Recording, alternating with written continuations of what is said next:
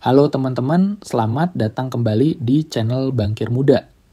Di video kali ini kita akan membahas laporan terbaru mengenai keadaan ketenagakerjaan Indonesia pada Agustus 2024 yang baru saja dipublikasikan oleh Badan Pusat Statistik BPS pada 5 November 2024. Apakah kalian penasaran seperti apa kondisi dunia kerja di Indonesia sekarang? Apa yang sebenarnya terjadi dengan pengangguran, pekerjaan paruh waktu, dan sektor-sektor yang menyerap tenaga kerja di Indonesia? Yuk, kita kupas satu persatu data yang baru saja dirilis BPS. 1. Jumlah penduduk usia kerja Indonesia 215,37 juta.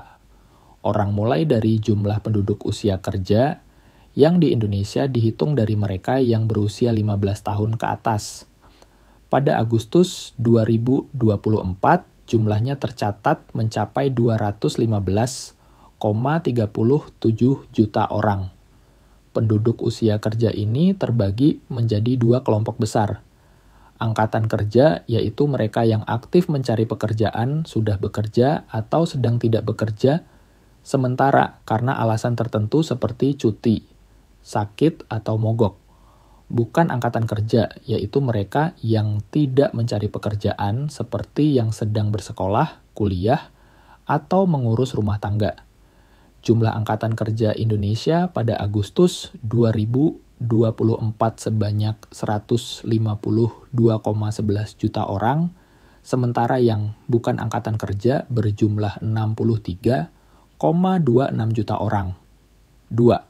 Tingkat partisipasi angkatan kerja TPAK. Sekarang, mari kita lihat indikator yang penting dalam ketenagakerjaan, yaitu tingkat partisipasi angkatan kerja atau TPAK.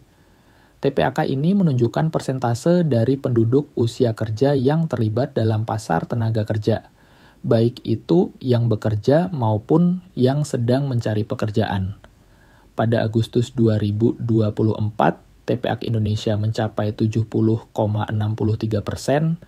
Angka ini menunjukkan tingkat partisipasi yang cukup tinggi, artinya banyak orang Indonesia yang terlibat langsung dalam pasar tenaga kerja.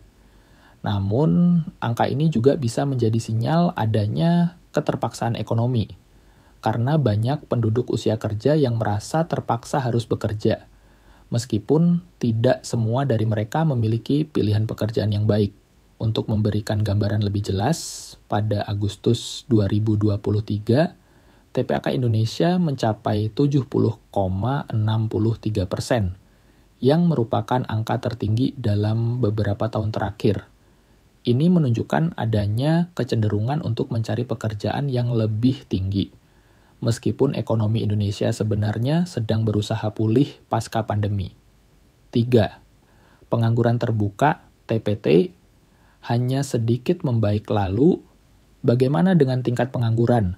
Jumlah pengangguran pada Agustus 2024 tercatat sebanyak 7,47 juta orang atau sekitar 4,91% dari angkatan kerja.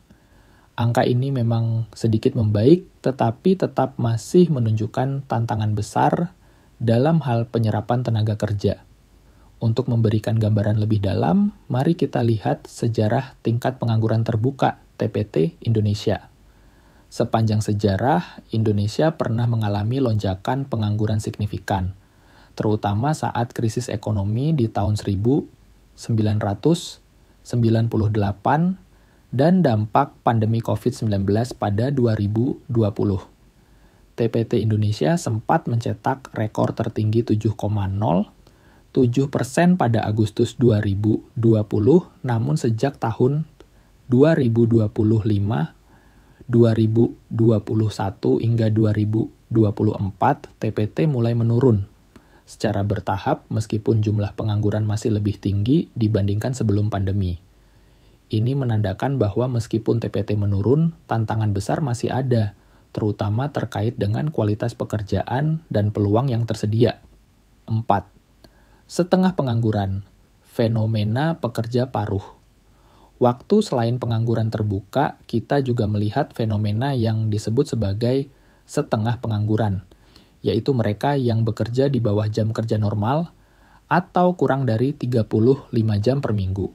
Pada Agustus 2024 tercatat ada sekitar 46,19 juta orang yang bekerja di bawah jam kerja normal. Dari angka tersebut, sebagian besar bekerja paruh waktu karena berbagai alasan, baik karena mereka tidak mencari pekerjaan penuh waktu, atau karena mereka memang tidak bisa menemukan pekerjaan yang lebih baik. Sebagian dari mereka, sekitar 11,56 juta orang, termasuk dalam kategori setengah pengangguran, yaitu mereka yang mencari pekerjaan tambahan atau pekerjaan yang menawarkan jam kerja lebih panjang. Setengah pengangguran ini seringkali terlihat lebih rentan, karena meskipun mereka bekerja, pendapatan yang mereka dapatkan mungkin tidak cukup untuk mencukupi kebutuhan hidup sehari-hari. 5. Penyerapan tenaga kerja. Menurut sektor sekarang, mari kita lihat sektor-sektor ekonomi mana yang paling banyak menyerap tenaga kerja. Berdasarkan data BPS, sektor pertanian, kehutanan, dan perikanan masih mendominasi dalam penyerapan tenaga kerja dengan 40,76 juta orang pada Agustus 2024. Ini juga mencatatkan rekor terbesar dalam beberapa tahun terakhir. Namun, meskipun sektor pertanian banyak menyerap tenaga kerja, nilai tambah yang dihasilkan sangat rendah. Jadi, meskipun jumlah pekerja di sektor pertanian besar, mereka cenderung bekerja dengan pendapatan yang lebih rendah dan produktivitas yang juga lebih rendah. Hal ini menjelaskan mengapa kesejahteraan petani di Indonesia masih tergolong rendah, meskipun sektor ini menyerap banyak tenaga kerja. Nilai tambah yang dihasilkan sangat rendah. Jadi, meskipun jumlah pekerja di sektor pertanian besar, mereka cenderung bekerja dengan pendapatan yang lebih rendah dan produktivitas yang juga lebih rendah. Hal ini menjelaskan mengapa kesejahteraan petani di Indonesia masih tergolong rendah, meskipun sektor ini menyerap banyak tenaga kerja. Di sisi lain, sektor industri pengolahan dan perdagangan masing-masing menyerap 13,83% dan 18,89% tenaga kerja Indonesia. Sayangnya, sektor-sektor yang memberikan nilai tambah lebih besar seperti industri pengolahan dan pertambangan, belum mampu menyerap lebih banyak tenaga kerja. Pekerja tak dibayar, masalah ketenaga kerjaan yang tak terlihat, satu masalah besar yang juga harus diperhatikan adalah jumlah pekerja yang tidak dibayar. Berdasarkan data BPS, jumlah pekerja keluarga yang tidak dibayar pada Agustus 2024 mencapai 19,29 juta orang. Pekerja ini mungkin membantu usaha keluarga, namun mereka tidak mendapatkan upah atau gaji yang layak. Fenomena ini sangat terkait dengan pekerja informal yang mayoritas bekerja dalam sektor usaha mikro dan kecil dengan pendapatan yang sangat rendah dan kondisi kerja yang kurang aman. Kondisi ini memperburuk ketimpangan ekonomi dan kesejahteraan sosial di Indonesia. 7. Pengangguran usia muda. Masalah yang masih terus membara. Kita tahu bahwa pengangguran usia muda di Indonesia selalu menjadi masalah utama. Pada Agustus 2024, tingkat pengangguran terbuka (TPT) untuk usia muda 15-24 tahun tercatat mencapai 17,32%, yang merupakan salah satu yang tertinggi. Meskipun sedikit menurun, pengangguran usia muda tetap menjadi isu yang memprihatinkan. Pengangguran pada usia muda ini disebabkan oleh berbagai faktor, mulai dari kurangnya pengalaman kerja, pendidikan yang tidak relevan dengan kebutuhan industri, hingga kurangnya kesempatan kerja yang berkualitas. Pengangguran usia muda bukan hanya masalah ekonomi, tetapi juga berhubungan erat dengan kualitas pendidikan dan kesempatan pelatihan yang tersedia bagi generasi muda. Tingkat pengangguran berdasarkan pendidikan lalu, bagaimana dengan pengangguran berdasarkan tingkat pendidikan? Data BPS menunjukkan bahwa tingkat pengangguran yang paling tinggi pada Agustus 2024 terjadi pada lulusan SMK, dengan TPT mencapai 9,01%. Padahal lulusan SMK seharusnya lebih siap terjun ke dunia kerja, mengingat mereka sudah diajarkan keterampilan teknis selama pendidikan mereka.